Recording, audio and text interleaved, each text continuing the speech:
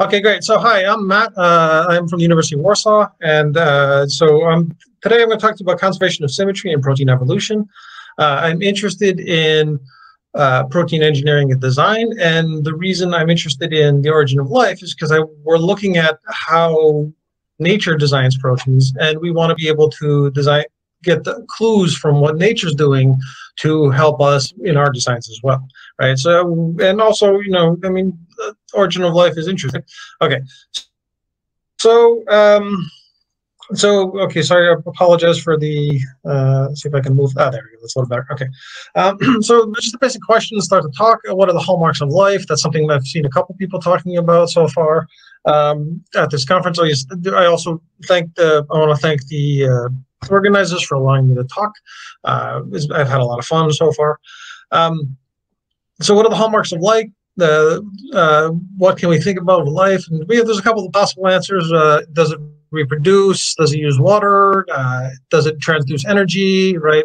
Does it evolve? All these different things are possible hallmarks of life. How would we find life that's different from human life that we find on Earth? And how would we recognize it if we saw it, right?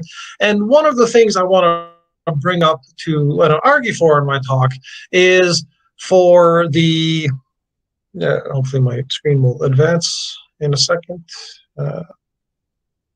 No? Okay. Can you guys still hear me? Yes, I can hear you, and the slides can be slow with the low internet. Or did I get logged out? No, you're in. Okay, sorry, my internet's okay, great. Is it advancing or not? Sorry, I'm having trouble advancing my slide. Maybe I do the PDF. You're at question and answer slides still. Okay, I'm stuck here. Stop sharing and restart sharing. That usually helps. Yeah. No, I'm trying to advance past that, and it's not. Yeah. Okay. Let me try that really quick. All right. So, sorry about that. Windows wins again, huh?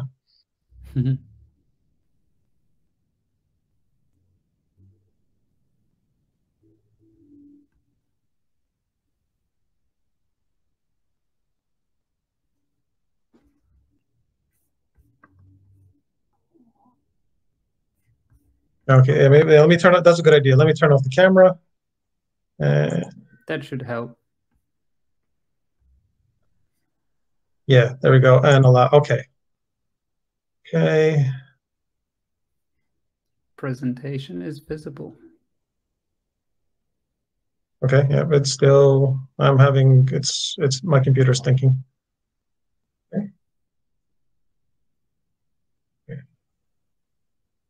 Okay, can we see here? Yeah. Okay, I'm going to just advance through the slides manually because something's going on with my open office. Okay, so right now, okay, so what we're looking for in evolution is sort of the existence of evolution and the existence of life for sort of both occur at the same time. And what we notice about evolution is that evolution conserves useful features, right? So, for example, we have these useful features in the adaptation of different organisms, right? And we can tell the difference between mammals and the other vertebrates because mammals have differentiated teeth, whereas other vertebrates, like this alligator here, have basically the same teeth repeated over and over again, not the differentiations, right?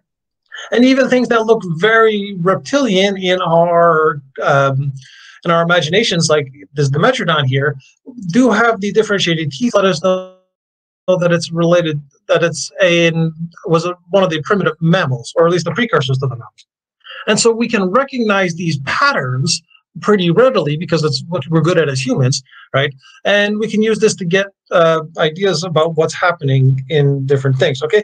So now here's the other point, is that we don't need to know what the patterns are about either, right? So we can find very unusual patterns right here. So here's another set of mammals, and we see that the response to a very unnatural stimulus is the same within their families. This pattern, this response to cardboard, is conserved throughout the family of the felines, right? It doesn't make any sense, or we don't know why that's happening, but we know that they are conserving this reaction for some reason, right? And so that lets us know that these living things, this is part of what evolution is doing, right?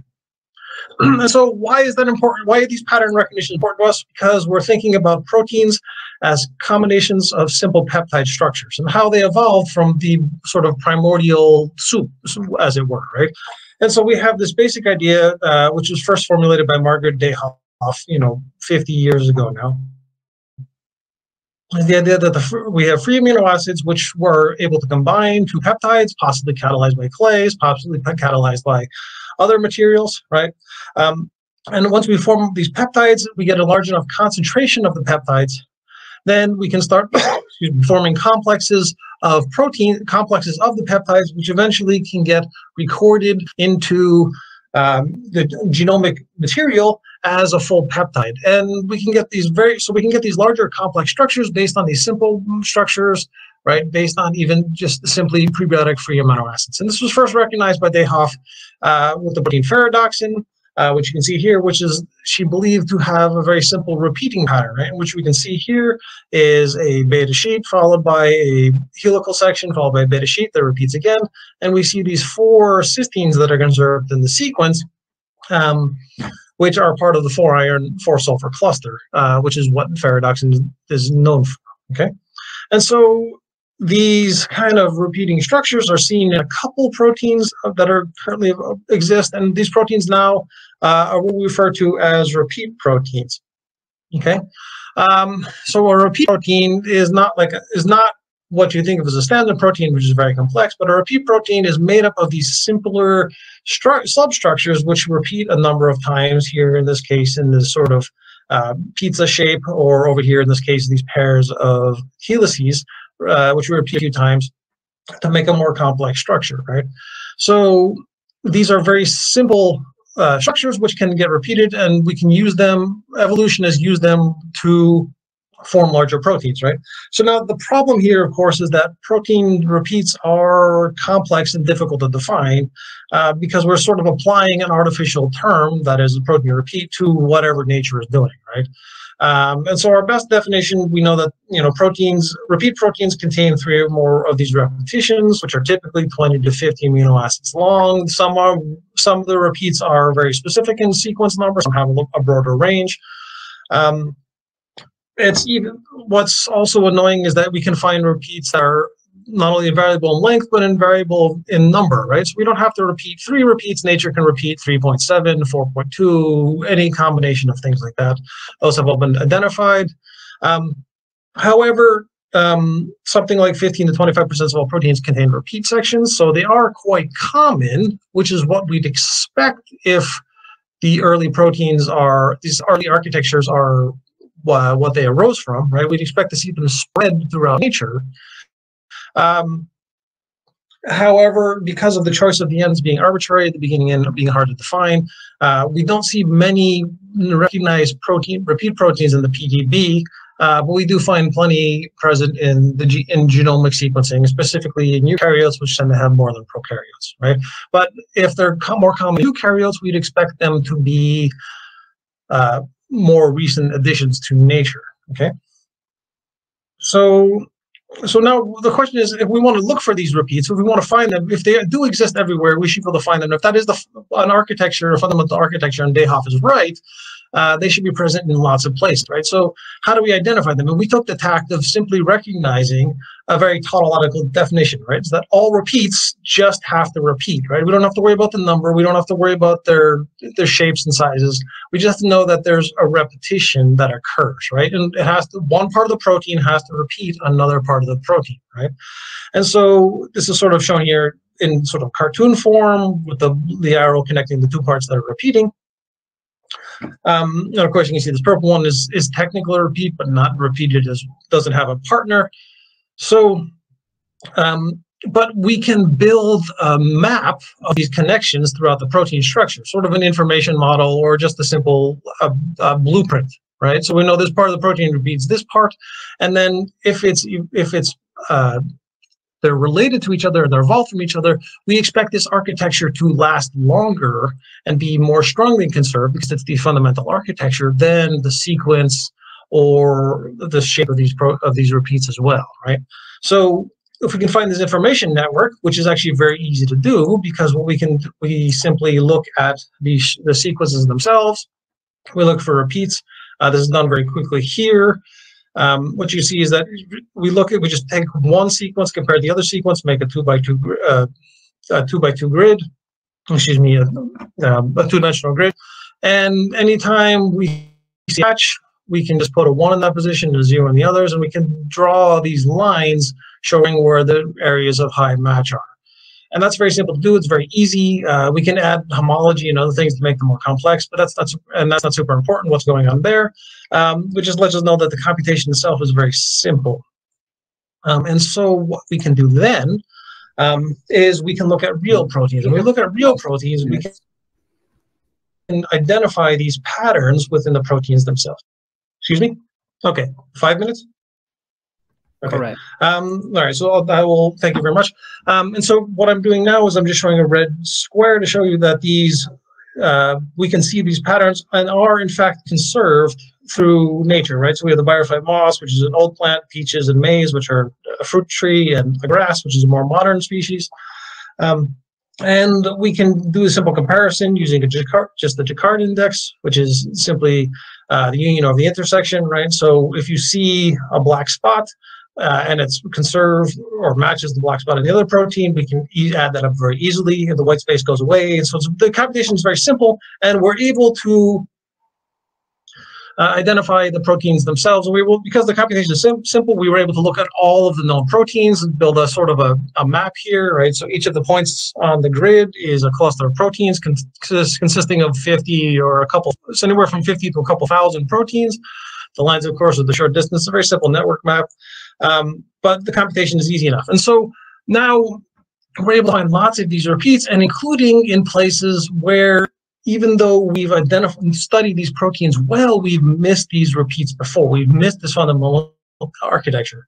And one of the places that we're most interested in right now is the HTRA proteases, which are a ubiquitous clan of PA clan serine proteases. All right, so HTRA is high temperature requirement A. They're stress response proteins.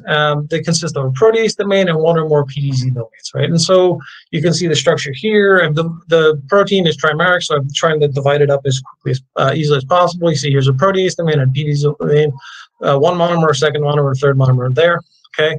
They're found in DIG P and DIG S in prokaryotes. We've had a structure since 2002, so 20 years. And in humans, the most important one would be HTRA2, which is involved in apoptosis, so it's important in cancer and cancer regulation. It's involved in Parkinson's disease because it's actually gene PARC13.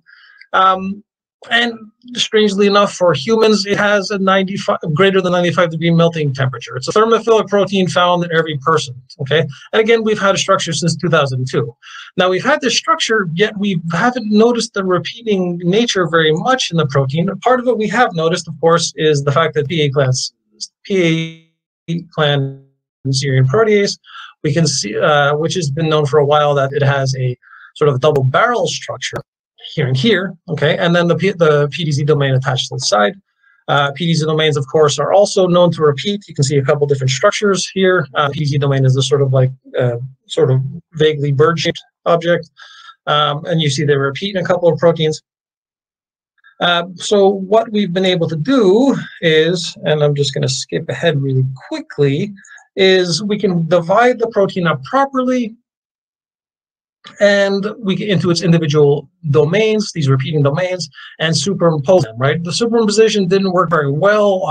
Automatic searches of superimposition didn't work very well. We had to not modify the search so much, but sort of just really be strict about what we define the domains are. So our definition was a little tricky, it required manual work, but then you can successfully superimpose them. It's a little hard to see there. This is to show you everything is going on, but here's a clearer picture of what's happening.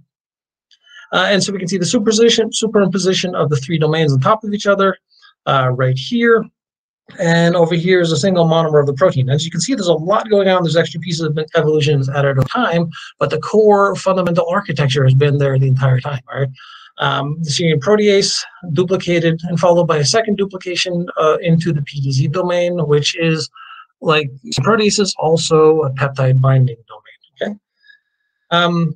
And so I think that's really cool that we've been able to find these architecture and identify it sort of as being present in a lot of life. And there's a lot of interesting things that are coming out as well, hopefully soon.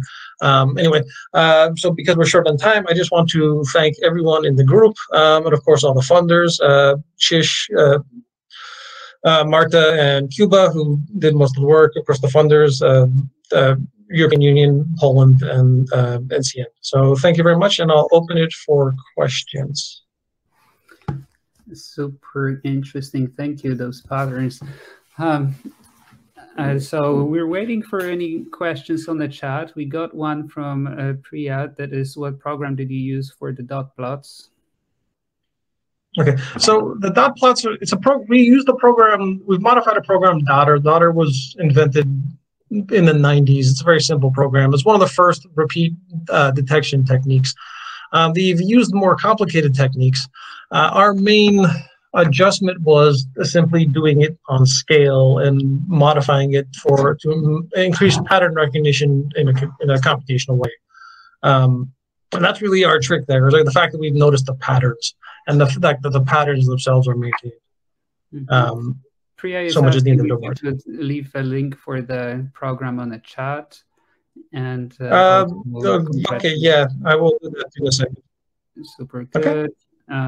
She also left one more question. Did you identify any holoarchaeal repeat proteins of interest? Also leaving probably, actually. We have 8,000 clusters of repeat proteins that are of high interest to us, right? So that are we have 8,000 clusters that are single function or close to single function. A lot of those single functions, of course, are unknown function. Everything in the cluster is unknown function. And we have a couple, maybe a few thousand other clusters, which are, the program isn't perfect. And so probably 2 or 3 clusters are on top of each other. So we have 3 or 4 clusters.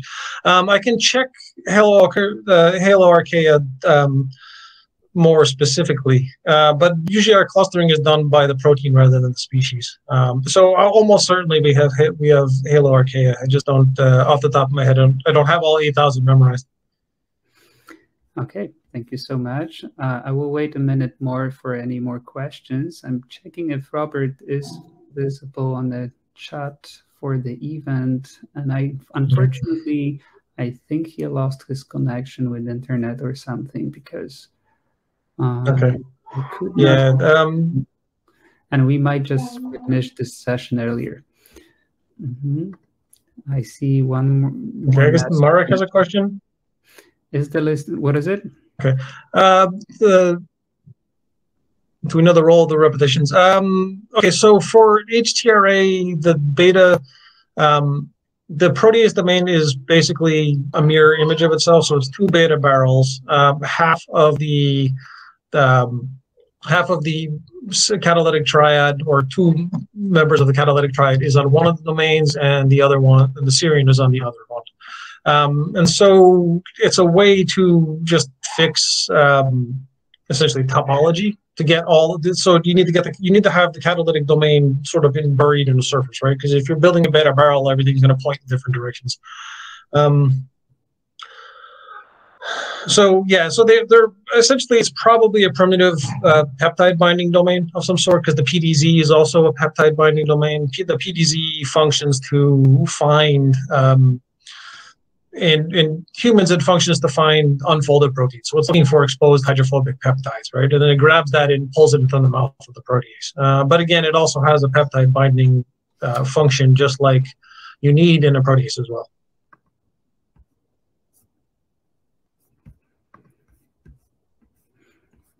Thank you so much.